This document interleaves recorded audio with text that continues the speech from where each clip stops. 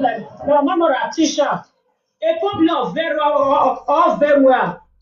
I'm gonna take her. Is that make sense?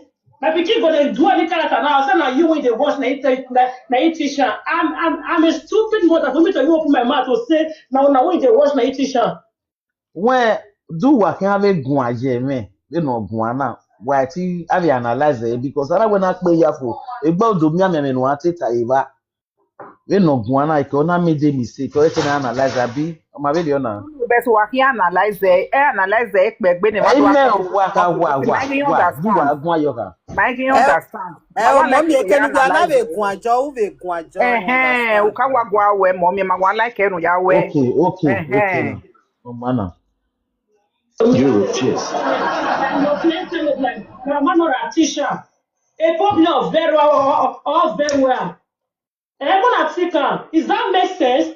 My pikin gonna do any character now. Say now you when they watch na teacher. I'm a stupid mother for me to even open my mouth to say now when they watch na teacher. You know what say YouTube? The person when they watch, and they see those comment left and right. They say, "Then my mama or a teacher. You are both shekule who are. Ogo gbelu wa ogo na wa gbo ya za I'm on my I'm on not na mama no na teacher. Na mama no na teacher. You not get mama. You not get Owo money in my you get mama. And the money na kana. A character where exhibit with social media. Or we low. Also yana wo no. Okay, fine. Or will be money. Meaning we character where exhibit na ya we use later. Because one month we mine. No, will be honest on that one month we mine. Jata we matane ije low. Meaning we low na no flow kana. Or we use later. My question asked because they know ya gwana. We are mon maybe one no money. No, I can made a mistake. Okay, I'm aware. A point in area ya gwayo. It can't say sorry a mistake you mean. Because you know the social media. And then I can do work. Number one, with social media now, no via giladia. I will saga. But I will not cast one year GTable if I make mistake with social media. I'm not open Enogie. Yes, so open Enogie. Because we were name before one we tear board na ke reply. Man, so I mean what is sorry why big mistake me boy ina pe vie gila don bi okan na yawo na wala o e wo gile we just me ni wo ni. And when I tear board name I mean we wo no a. If you matter oge. Forget to even we wo yo to no. Egbe ni me wa be wo yo to na. Yes o. Any small thing agbon we agbalegbo. We may get me down. But that is my character. A boy did me man learn one way, we learn about where mama wa agbalegbo by this time go my yegbe yan this one. But na bad character. Everybody get. Honestly, I work at the way I agree. If you ask where oh me down or raw, me down or raw. Omonya or like yes in raw megbe wa use on it. Anytime social media man. Emi dan wa mi egi mewe ni bu ni mi dan ni mo wa nya ni wala o mami oge si noro wa ti manage ni. That is it because everybody has their own character. Nobody not perfect. Era gbona ke mi de egbegbe mi aso anywhere yo emi no iyan we negative ne emi no wan call you talk on waro. That is your job. Honestly, now we my way in social media now we are yeke. Because a social media, effort, finity no, every year no. Egbe na be remind we get not here born no kai we ye good. Imagine we might it along. Ina wa be are video old one. Ina yari. A real life ina your social media. So anything no your social media maybe I get well. No, you can prove. Nu we to bu we o family no. Nu we to bu we. If honestly, because what that is me. Only wire game. I don't quite do to leg beware and do. He reply now. I'll your boof many. Again, I was the man reply go ya. ime go ya wo live video na me ma ye me no gi owe live video ni je te no gi so ni me basu we get na 16 years na bo ya gbon wo ge Enogie oye me no gi na ya advice ewe ọmọ no ate we no we bu we social media na asa no we okan they talk time by my because true a guy go ya e me na do me the topic always equal ne no give we ka na 60 years ibu ana so no ye ni me e be working you talk you guys use live video ni ya you talk my sister na me we go ya we be come come ọmọ mi èèyàn we ta the social media na be gbe me o se no we are my vamudia you know na igwa with competition yeah we by their face we shall know them eme no gba o no ade no hiwo aka bie no owo tai omo tai we ko me polo omo mi o be ta owo da won omo ni me ma e mo bi o emi no so ni ma we no gi owo mama Sonia no bi no bi e do ta ladian oni o mi eta na igoya I pray for that girl. He pray ne. Ileru ne.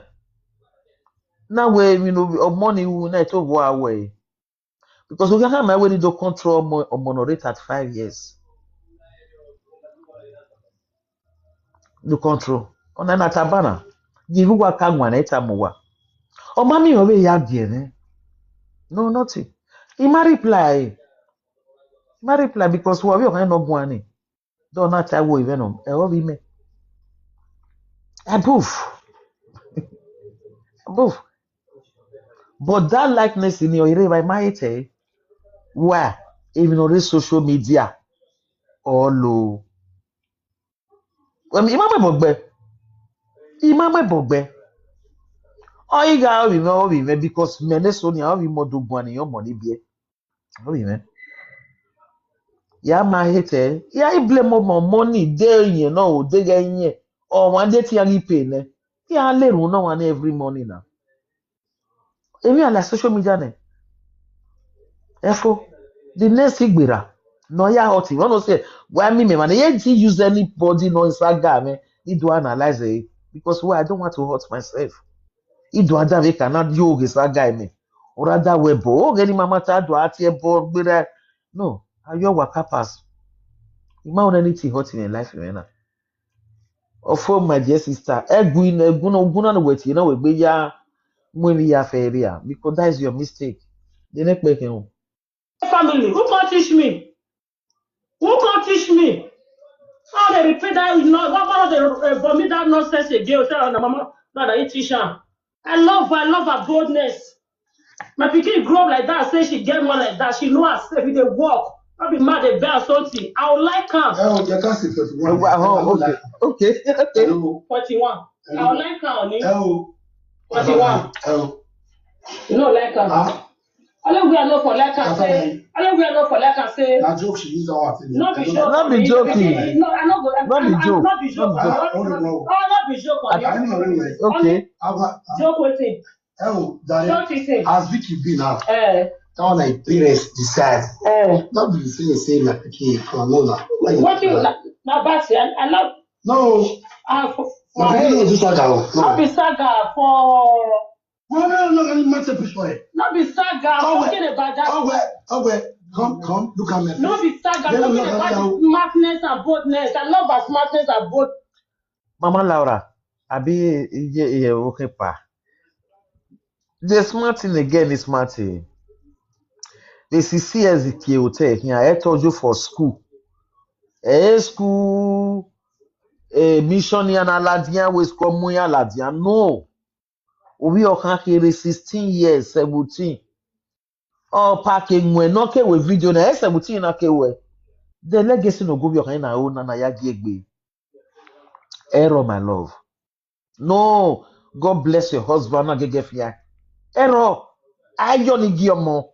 A video gani me even he ni me beg no de ye o get na video egbe.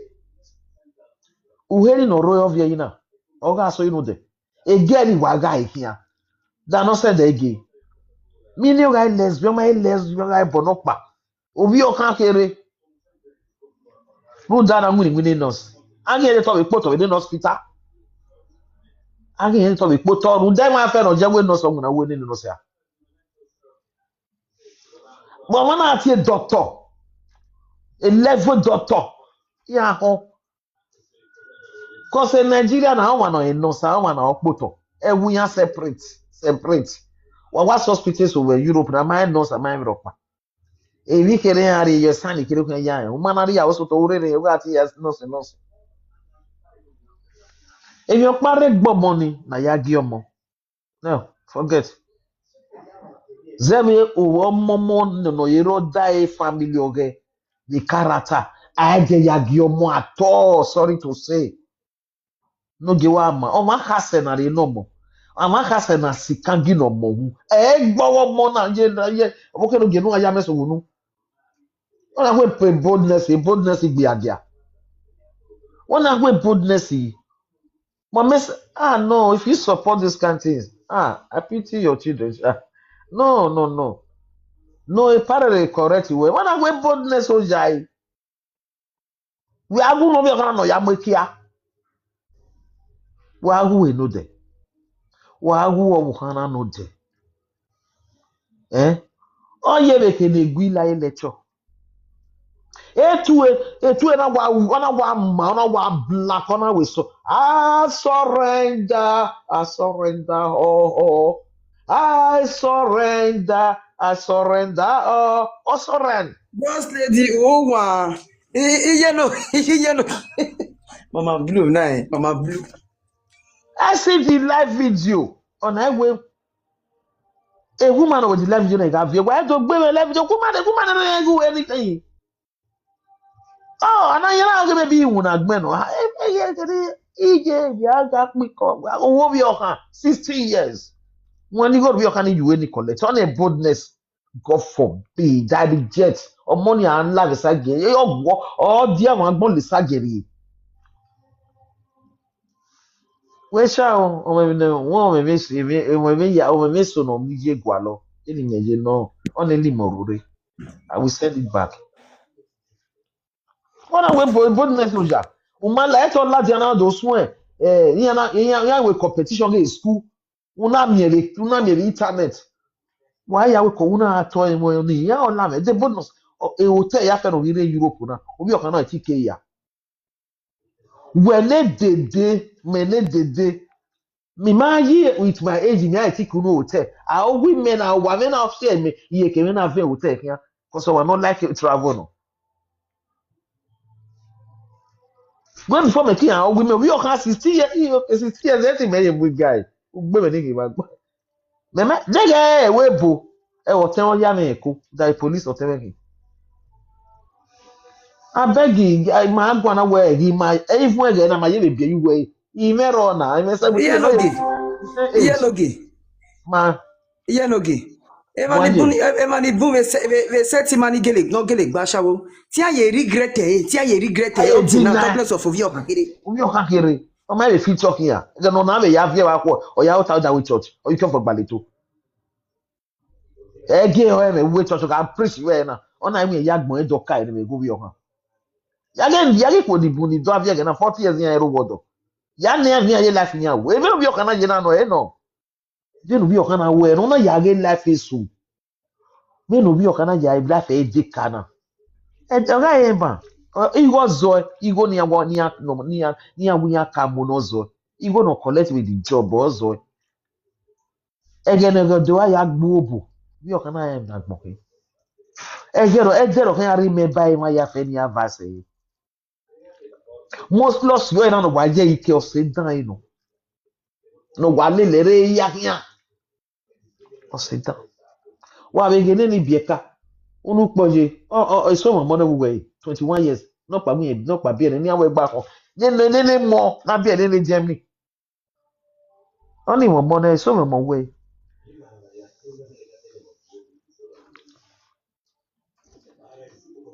Not be sagas. Not be smartness. Smartness is not that kind of thing. She's bold. Smartness has nothing to do with disrespect. Not be work, not be nurse the beast. Smartness, that's not smartness. Only more. When I'm nurse, they do so. Again, of mama yagwana, equal yoga rowa. Obi ya wa baby school, equal no equal. Wamajeria, get magmade. Obi ya na wa baby school. Hey, equal man, you Iwa meje no bu. Obi ya iwa aji school. Oh, rowa ije wa asuse. Oh, we no we ke doctor. Oh, we no we guy lawyer. Ejugbo. Owa na wa di akima. At the end of the day, ya can we na marry. Imagine gbe mori en wan ebe ka bitu ale ni baya. E de when I teach on now, we ti run dey. Uwe nwere mu ni doctor, uwe mi dan ugwe gwan na. Wana kwe nurse no je, no soja. Eken wege what difference eken na ogu wege. We bege. We yage nurse. But how we na yage character future. A future gi bieka. Ah wage. Oken ogi. But we yage school. Nigeria 50 years in this year. No, that's not smartness. Not many picking for 40 years. I think more here. Okay, those type of kids. Those type of kids. No, because I want you to give up. You see the reason why? But that's just smartness. Those type of kids. More than that. They pay money and they go love their another person. It became like that. No, not from that kind of thing. Okay. With the level, when I call it when they make all the person man, they go to Monica. Unless I don't know the zoo. I call my friend no. Forget with my Monica, man. I'm not talking about saga, the dressing and everything. I just say now. No, na lie. Yes. No. You see the reason why it's doing more. Like what you just talked about. No. You can be 18 and be decent. For dressing? Yes. You want she dey dress, not a dress. She be well, but Americans do not have it. She is dressing well. When I hear when this girl talk of Lamugun or Lagisa. Obi I don't know.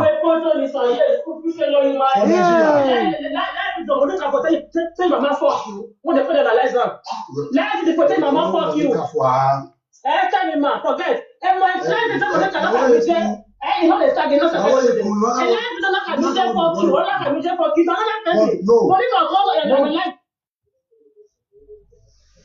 Ovi me, he prefer no come and fuck you wowa than no my yage here with you yabi ute. Ya we me vagaro. Ime vana ro talk pass the wo. Come no hamije. Fuck. He prefer no even have me fuck. No, I prefer. Yeah. Then I call him more ute. O modo no. Yeah we vama, but yeah we va ro talk pass the wo my sister. We character we ohana. A character no do the laden social media na. Like no one la do. A character we ohana when I agi ogo we Monica ka mi ye fuck. Onu po we Monica je. Mama 7 years no wa bi ya o. Ana wa bi ya o that way video. Boy. Na wa bi 7 years. But o iwe mai ho. The mama dress up man we ohana dress. What may I say page ore? What's a page ore? All dress up another 40 years. All dress up another 40 years. Iyonu my way Monica the way are school. Mostly or yes suit nine. Seven or more dress. Or is that we may not dress Steffi. Really Monica dress. Or we may not dress when all that way. Oh no. It's okay. Because the age of anything. And that short skirt, jeans trouser, small jacket. Because a coney. Or we may piveko. Almost to Meladian. I got more than having a bomb. Yeah, I call an area. And I feel when we get like a. He like a. Cause they go edgy. Maybe you're making almost a ban out to boy the pin worry. Me my draw to ajo we moka draw. O we can draw like a draw. O we me no dio. O ka draw na like a draw. Before me ke draw you mu do wo me no. Ikata si on we so no wo a wo ga na mi we yawe. Cause una deny me no bu mo we a any respect je me say you ain't respect me. Let me do the worst. That is it. O we so no wo a we compliment e we just Imama pakatasi. Onwe na adeni edemi emu no money we you no before I correct eba we atamia. Yes, so who must compliment your money? You not like na draw ye kina na maybe later no na here agwale mina. Na we draw iwa. So we Monica dress it's okay. Even in the body is there na no ya ta upa we ye me yo kan we do time social media we la video. Egbe ye correct Now again, no be a kind of yacht is there. We just fuck. But yeah, miss is there. But we got money.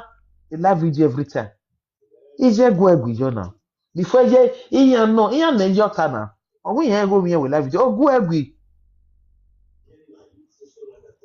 Because most of the be a canal will be going to police. Because I might complain the be a canal tell me a police about their mother.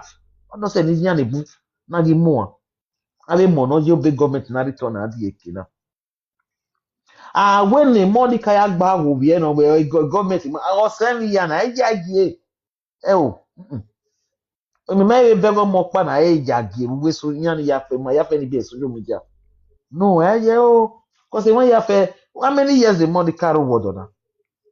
20 something years, what easy. 20 something years, where me money carry that for you to fake power without television. No, I'm very matter. That doesn't mean character really be. A fuck your pack on me. Where me Monica was that for here to break power in social media. Or other way Monica ma that for la don't book. It can never happen. On you so one and the respect and that for the respect. Don't even that for the Monica ya so we also the Monica that for now we forget in here what you but you have a kudos in Monica. We ma beg on it. I mean that for begging. A lot in Monica so we no respect so well because a lot in Monica me when you full at that for when you Monica ke at that for Monica ke be we say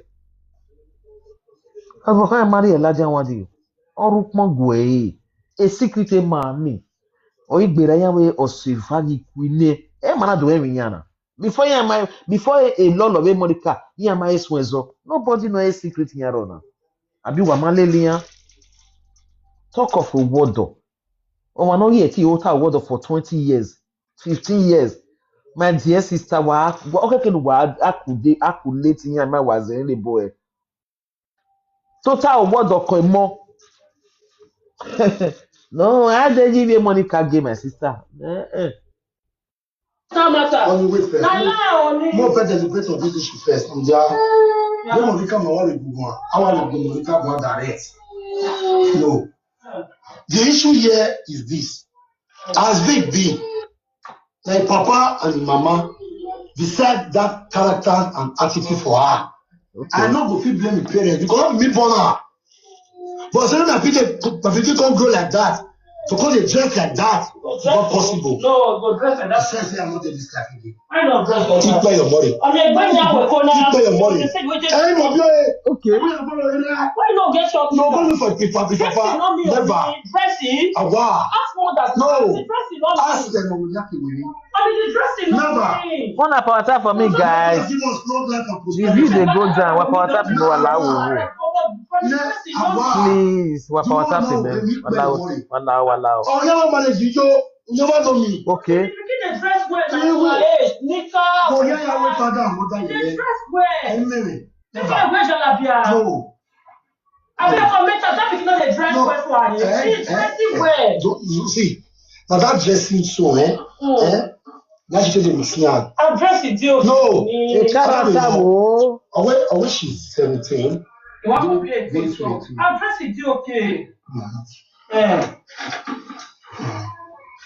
Only a boy man, Jehovah Witnessing. They wear big skirts. All of them carry belle. And I know why when they talk say it good man and woman they trip before. Only for dressing, not me in a life. If man not do children life, and as a single mother, you can't teach those children to become a better person. You deserve an Wakbobo single mother. A single mother no dori gwe. Ogba ogomo. Ah. Wakbobo ne gbuwa. Ito rema we. Ito merusun before ke arowodo. Eti you bought we now with 27 27. O piano. Omo pia. Istali no mo. Ogwemi that from day one. Obi okana make almost even then we that was even short up. The talote zito. Don't even follow. Silencio. Yeah. If one is follow, shh. Hey. Shh. And they're not so. And then they make you understand. Oh, legacy ni very uba wa moto. Cause we mara we are wa oh man no oh man like we bu oh no the way family. I manage they no me like you. In Nigeria ni. Ha? Imakwe. Ibate. If you can't beat them, you join them. Make your off your pa. So you walk your pa. You mean no one love. Make your pa. Make your off your pa. The woman a day ba me. Where all when me, I don't woman. My dear sister. No, commenters. No, I don't want to call it. Mo pa train me. I don't want to call it. What tie bo? Cause the corona tie bo ni awo se me. E wan hana tie ni me. Tomat estalis tombo. U pa kan. E fi e bi. E begamo. Le we begamo e Mantova. Igo no ga agwe me. Ga ko mali je mi men you know. Cause do to e wa se ni e stay ke me. Na wa bi amwe bi holiday no ta ke me. Ke bi amwe ke mo are ke no je. I me calculate when your mona omo are ke no je. Calculate ni adene. Na wo keli ka ni 20 mille store. That is the kenya here. It's already €1 yan te italo te mille store. Anything we rely on is €1 maybe €2 no and allow at least it is spending €1 the to gabun it's okay. Ni ya mu ye na ya mu igo ni ri me pos. Igo no ri me pos ya in my supermarket ya we shopping. Eto and when I carry dodo na but mama ni why spend the whole money na ya dey buy. You know, igo egu ana was one have here. No ya have we supermarket ni e na drag e latia. We dey na jakpa. Ai waroi because the benzina Canada for a jack supermarket. No be you know what am pa. No wa mu yo meko. Ai! Yi me be. When ya ta wa gbo mo ewebo. E wa pa the story. But man chance you know me. That from the one who be wa mi omo wa wo mo mi ana. 99 bi o me 99. E bi o money kana 99. E be go me. Wa wo mo mi ana. Yeah, na remember iye me. Me iye na agwa. Emi na balo o me gbe mi. Emi balo. Omo gbe na fe mi. Police ari ba mi ade laja. Ebe no gbe ma gbe da be certificate o pa pe no go mi o ni abi omo ofo. E style ile me so John ma we. Na we man this for text. Me no me okwo no mo asuwa. Ya do bo gbe here mi no ina ba e we but that thing still dey pay me. Ori rego ta wi ku oye. One on that film, mini boy, in that time while we be a car, a test here, you man here, boy, continue, no, again, all your go setting.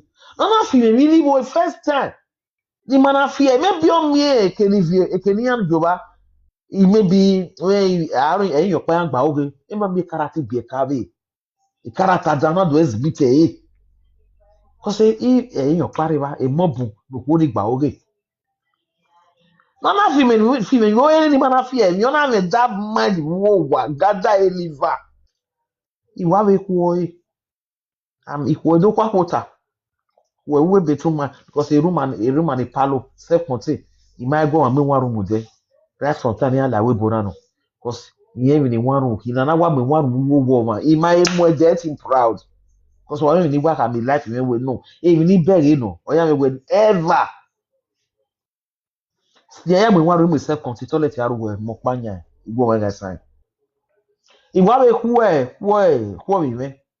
E pa ni no fi me, e wa bi ari me we toilet. Ge ge ge ge ge ge ge ge ge. Nobody na mu ma gbe na. If I na we su. Life na. Wa can finish over the kind picture no bury. That angry with that man when happiness ukoko mo na river o ni ya igoro everything o ni ya gore it take bewa you will be true a man will not drag you man DJ man I don't even know not drag you man oh walk be now eh why you down my job here that is it it am na we can 6 years if I don't make mistake ugbe me no be okan ye tomorrow you can ma we gbe try ama we to the pin abo no don't do it oh my goodness maybe o ibe me again ibe ya wa me o mo we ro gwa ne o won e bokwe ya women through a style o ya so that a punishment legal tan is any beans oh you man like o we ni e fi emi e wo no you man like cause awa me ma ko nothing yen papa eniyan wa ti e we no we not continue at yen ni won e boya lele Stanley awa we mi dan o wa ze bis yo to we are all for no laja we gbe Stanley ize odigwe yo me na we do limit obo omokpia iye pokpan say 18 years before Stephen will take over a Stephen pokpan Alessiana will take over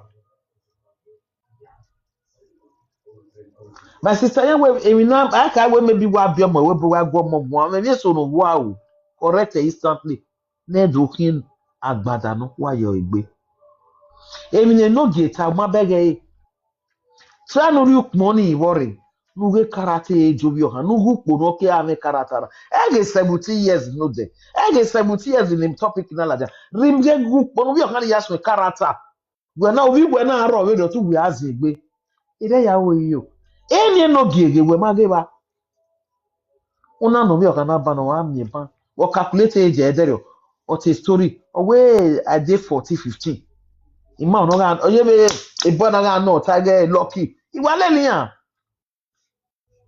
Ona remember you know one win 14 years. Banke le loe e no game no ta.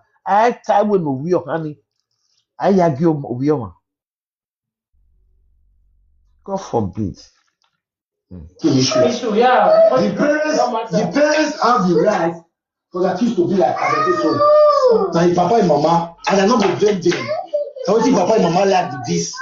That's why the very people yesterday say, stop insulting the father, stop insulting the mother, because I pikin use to get born. Vic is not my biological daughter. If my children should grow up like that, I know how to construct them on the kind of dressing they will dress. As I did so that as a good left stream, I don't do shagger pass. The moment my pikin go come and they go sit down. For sure, you let me say the talk better word. What's your follower? No, be that one. I know that's why. Eni aso gbe we me tebe. I know it's not be that one. No, that's why. O yomo. E ma we na back. We ko to ka. We ya ko isoka, we re ya so. E no do lajan be na ge na so. O ina tabe we ke no ge be we ke ba ge. E re ya so. Igbefe yomo ya like wa. Igbefe. Yomo ya like una. Pastor akin like u. Akare boy wo kan exam ka ipe abona. O ka ya so lo kan. Won ri yellow bodo pari ere yin ara. O balance. Igbefe yomo ya like ya so ku.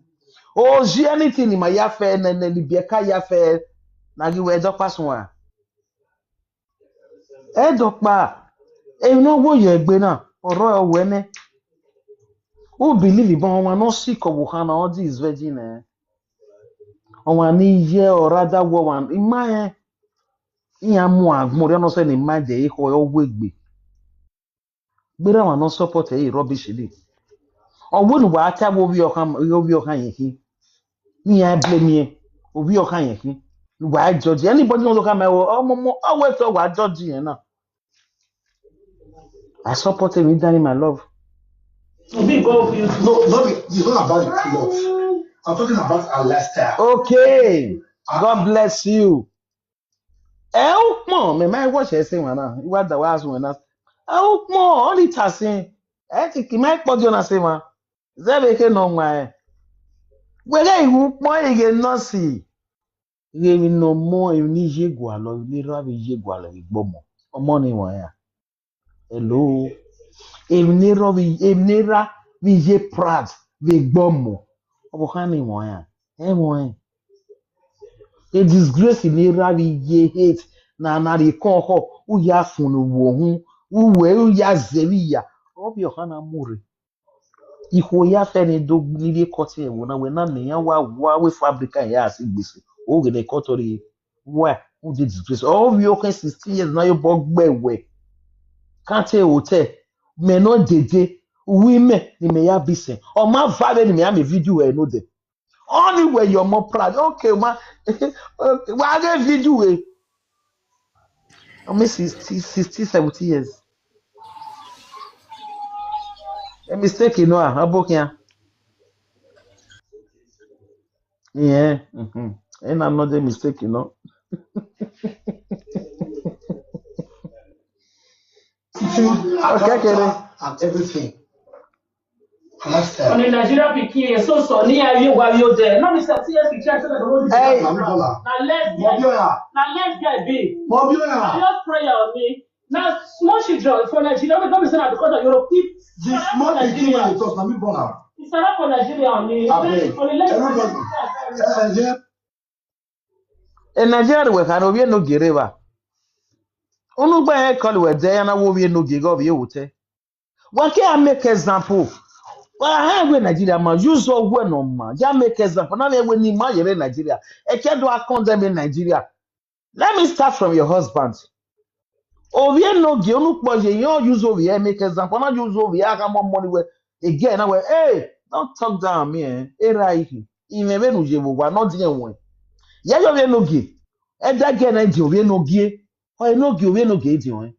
At least we no give. That 50, 60 years, man. Meaning what we no gain we will tell when I get Nigeria because when no one no came what about your daughter I told him baby because we're not using Nigeria I make example ni yeah you no give you what hello why be analyze the game no la jam we Nigeria 19 years are going 19 years of no gabi wa gbon say na gbon no be green 19 good years obi no give you what iye la ra do kan ma do no give you what because when we are here we go use example why yan we what do not care where we were I do not use Nigeria ya make example meaning obi no be obi wa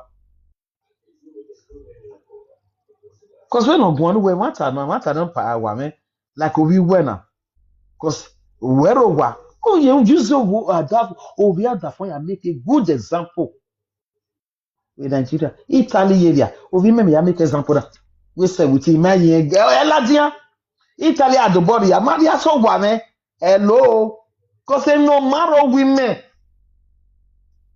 man am I shouting no matter one wa kan ya na we so gboa le no Italy imyo Italy no obi ebu Nigeria no me ka ma worry 40 years am 30 no mo eko o me na oga ayo bo won kwa ma won which is last year yes.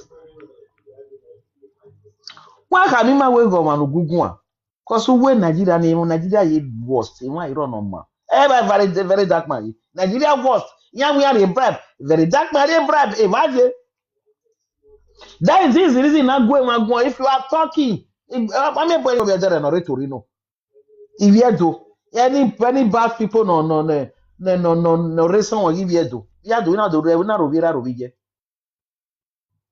no because a picture no mula than a boy ni yaru daro we here do na a baba with the smile or sagian o ma ge boy ni so ni o ya ka o ha mo no ge baba the smile gbe me no boy wow ana we here do for you to say Nigeria meaning we character we are wa we can Easter man because we might be in Nigeria hello Now I use it no Miami example. The man we learn you. You know, go about that from what Tatasha we were. It may nonsense in that day. The big no ya say in Nigeria. People over here with say you know matter what. You know when Nigeria. Every day we don't ya say hello. Look it. Analyze imagine. How Anthony? Uma when you train her to man satisfaction by your money very quietly. Ologbon our money remove for you to go down there as I still is so as I still stubborn reach. I never want to come on social media call son my mother. God bless you. Do that thing like that. God bless you. Yeah, I did. They go speak there part of me. Amen. Amen. They get into a lot of people memory. They second their papa, their mama. Okay. You know what social media? Social media are a very bad thing. God bless you, sweetheart. They are best. And they are best. All those children yesterday say me they stop saga. Stop. And all those mothers who they Europe when they kill their children, more than know the goal that they kill their children. If not, they will be beat you now. Wow. They will play with their head. And you tell Europe, let me say you can't forget to teach your children how to greet, how to be constructive in public, how to be respectful. Very, very important. So not look as if you are disrespectful. Very important. Hello. How to be very important. Why you hate the way maybe where you no give hate advice now? No. What the advice in raw and not and want that very may you woman ya down with your man. No. You woman ya down with your man. Because Osaba can argue, can send your enemy to you. To warn you about your death. To warn you, he can do any. Argue man, wawe me. When I saw not pretend a Christian, but he had he call a sweet baby. But you can so that with church. Hey, my video, Osaba can deliver you your enemy. Argue. Because you want to try your faith. I will no give away women who not be an atana. What ye mind you leg ye can do. Public, how to be respectful, greet, how to be so. As I see stubborn reach, I never want to come on social media call son my mother. It's not my mother, rather father. I never do that thing like that. God bless you. Yeah, they just speak there part of me. Yes. Or when the day where you go try and also about squeeze the life in here. So anywhere, it may give me a cable. Immediately, what am I with your mouth? Because I'm moto. The work came in here, by Kenya, you move quickly here. What a Kenya, you want to go down. Once me not like a nearly me, yene, eh? Where ye kekena? Why move quickly here? But so tell me not you. I will mean, ya uno give me, Udam again, Arabia. Udam again, Arabia. Again, when you know what? Eh, cannot ye. When stumble and maybe stumble. And why who tell us say no $1 when you $2?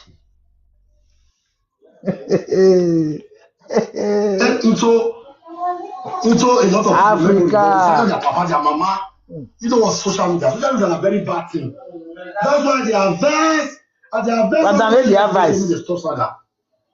And all those mothers who in Europe, when they train their children, more than know the goal that they train their children. Okay. If not, they will be beat you now. When the time comes, they will play on their head. And you tell Europe, let me say you can't forget to teach your children how to greet, how to be constructive in public, how to be respectful. Egui, mbe boy waga me piskara uye. Because neji abi mi o egbe ni no gita na. Example na kina. E mani bu egwe wiaria, but ogere yange. Ma wo ko na gba ruwe boss. Ikpe ha, o me ha bie. We are the senior one. On my side na bie lele. The senior one na be seen. We are the look for giver. On his sen o ta yi keke. But on na be seen yon we. We boss. Gabe boya e ya mo. E mogo iye mighty ka be bekara. Me ni je use. Oga ma beka ni we ya yin do disgrace je we puma. E bokpa na we you are we mama mia ke kawo. E mona No dia will be 5 years. Abi 4 years. Wo na mo me ane. Ya yeru ndige government. Cause ona why na nwini fabrica. E ti wa biori na wa baba na. Ona nwini fabrica. When italo dey go ni ane. Yan kan so yan go Germany wa. When you have so because italo so wo merit class. Italo wa so yan wo mo yan mo imo igun ya we school. Yan wi yan mo mo bebo. Yan wa so ni. Black e ti adele. O me ha ni. Wa ge yan ga we na iga mu ime. O wie Nigeria to me. They get kunoga here because they got calling doctor. They are related to my sister. I to cook a mona. A mono disgrace him. A money me on my teeth for dinner with big momo. They can afford dinner. And Lord, they can afford dinner. Not be you cook a egg work, but no jaw. Here ni bu why giving us a can. But in here one. A more if a web born on the marina, if ye bo and wa. You're not a boss. Who are the one but una do bob me no saka. Eva 100. Gi black evie mola. Nigeria pa ke Senegal yan la we boss. Senegal ga this even cover na. We take big guy. I have a me no use a year for with the larger music. Iya Senegal we receive call. Oh God. Emi rame. Imagine ji bieke hana. O bieke na no be maybe bieke na do say 10 years. I talking walu bi ya. Cause again no night again no ya ki onya igbo bi okan. Ona we bie kan ya hin. Ona we e bi ku o mi pe easy guy ha. No guitar na. Wo ge. Wa bi adio bob ma bi ya tai. Wa ni ye ni bu o sakan wa I can blame wa ni bie no mo wa ye kin. Iye la yu wa re. Wa na ye bie. Ya ge so vi mo ke we o go mo kin baby carry baby. Baby carry baby. Any book we. There here Europe you go. Baby carry baby. Baby carry baby. But see here are your mono here you. Imagine here. Baby carry baby ni na. O ha gwe ka momo. E boy we are control we boss. E boy wa o get your money. Hello. Edi wa we edi ipiani bo ni abi ake life nya ni ho. Iho nya Europe. Ya devie ke ni bo ipiani bo. Afia memi ebo na ya control equal we Nigeria at least size it we are more go we boss imiha omomo noro ni kere na we vanike na let our momo ati control ni ami soccer ya cover money soccer e we bona me na we soccer e soccer help me e soccer or help emi o kana ka ma moy. Cause who can among when Lajan we boss mostly be a case of Avienne. On see able near yes or kaku. Aquare, Udwa, where you were alien, one your money, Bumwa to Buwa. Or see any Panami correte or Hana. Now the mere where no do lily big character and why we regret it later. No, we might help it bear. Sometimes we are versing our water, especially this topic. Oh, no. In your parliament, I support on money. No.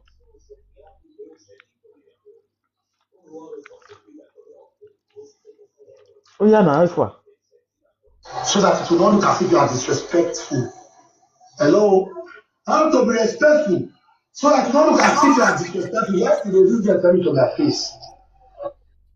Hello. Hello, Mama. Koje. Hello, Mommy. Good afternoon, ma. Egbe wo wa sweetheart. Mommy, I wait for sir. Go. Iwe la dukun ni tama we ni we se zeva vasije nurie ili ogo me ne we se mommy. We si je. Eta we maybe gbe so isagaro emi yo sopo nu ya. Mommy we akele kwa mo iwe mi ya. Ina se go. Mommy we se o. Usawese mama, usawese. Mama we se. O mana je la wa pa WhatsApp meji wala o. God go bless you. Omo no stumble o dero we na ya we bona. Wa we gari boss. O win kwa ma wo mo ri agbona. Ove dokpa, let me tell you. We may not you. Dokpa my voice sa ko gbe na la we ko work me we na the stubbornness. Na what they kono we gbe no ro no work won na re. Ule. We may not you. Then my voice sa ko gbe. La la okay. E na ya be we ben we lo na we gbe me we na bi o yi. Ilo we. They kono we gbe no na we come. E gbe me we na re. So I say no reason.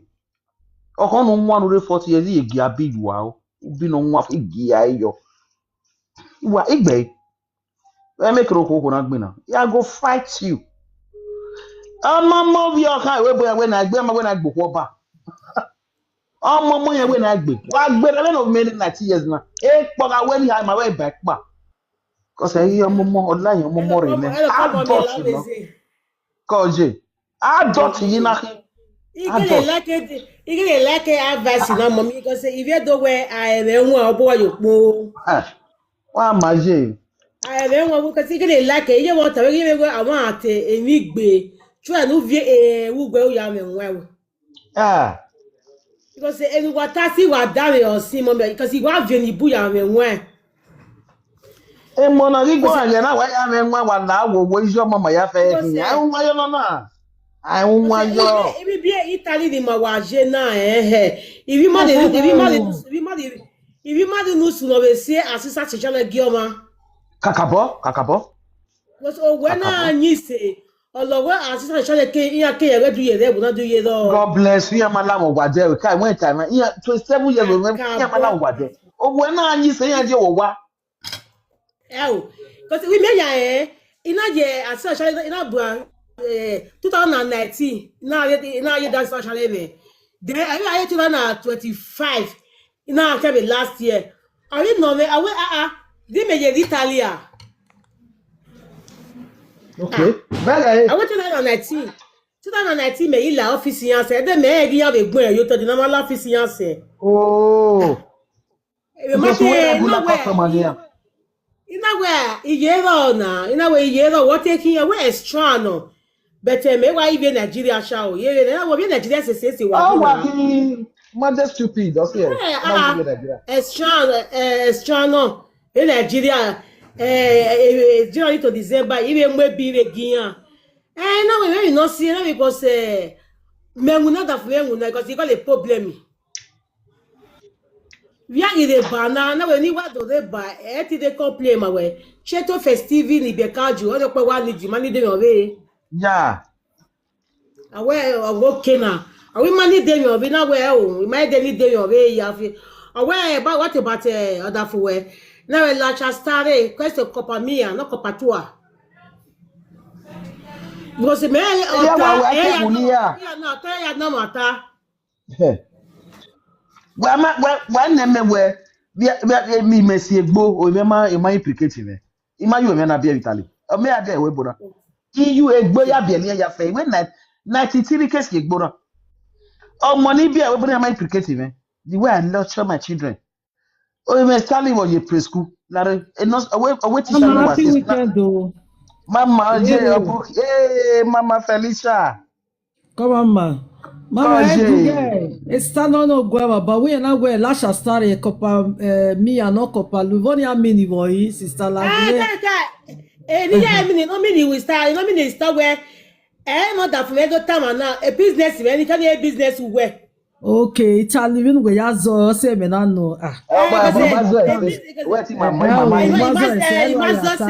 because you are right you must just say you know what you are right because you know business because you are not sister and when you no matter and when no ina we Stanley miss we we miss ya sesiga o mi siga we miss na we siga ati o bere siga wa bi si but me ma like o me gba lori me siga si o miss we miss because we miss ya siga miss we na siga me si because you go want to amount of time you go want koko we ma ya dey ma la mo wa de ga mi ana ya ni che ko wa awago wa mi me so no we ni do agba ogun yan wa evigili what ya social enemy we bona me na be mami aje They complain no say what complex Ivana. Mama ebo we mare. O se yana se kenuje. Wọ́n àbẹ́ mi bọ̀ mọ́ wọn àbẹ́ mi ta lọ mọ́. Oni ave bonet gbe no ro ni hina. Àbẹ́ mi ta lọ mọ́ mi. Yóò ní ta lọ ní ẹ̀mí ọmọ. Ne gbe no ro ni hina ave ni veje na ge. Ní dáná bí irúgbìn black. Iya na we po mo na buya ri office. Iya yege buwe ati owa. Papo buya your office ya boma di wa. Egbe no wi we mu je school. Your outside. Ya boma ri wa. Baba Felicia je very wa hold on. School mi even before I make like primary school. E Piscara moto Silvano Kaye. Hello Kaista la leze. School no imega ajo e black is 6 abi 7 orare. O pa wu we e mi sorry ti me. Mami re video no beg me. E mi sorry ti me. O wi job kan na wo. Ya go mo na ge to no ro mo mo. O we ri mi anything regular no re school o wi yen mi je. O we do a drop e ho work e wu owo mo wa o mo ga afia. Ije ge ni je yari wi ari je to boy. Gun de shoroti. Ije ukaka ma we oku ni magi mi ade igbe yan azemi ni le liyan. Yes, egbe no mu se school ni wo e no. O you want me to lock pa be the same school wa abe ko na abi yeso na be do meeting. Igi mi yan do accomplish so wa we yan de jacket 250 you na do go ko ni go mo bi yan ria. Ya be bi euro school. O ko ni address ni ya de school. Ibata. Siri yana dwa copy of kani yan adibata na. Adibata we kani 200 euro. All those figures me bata pa no memory no mu ra ya je 250. Ibata yes. We be kana. All last in here. Here you get problem don't you do meeting. Don't call local na la wo. Limited dress of italo. The woman the one we worry yagbe. Limited dress yo e see a problem ni mawowa. Ni me go no ro. No be ni mama Felicia cha dress we ro we do ya mu we gbe. And the money me e italo mana. Even ya de odunisha ki era na be ya mo kan yupo. Even ya adunisha. Automatic donation wa ni ki Sister Angela call. Bo we bavan koyo. Oyeseje call. Mama o. Wọ́n me na ata iwe emanimego. Adame yo mese o.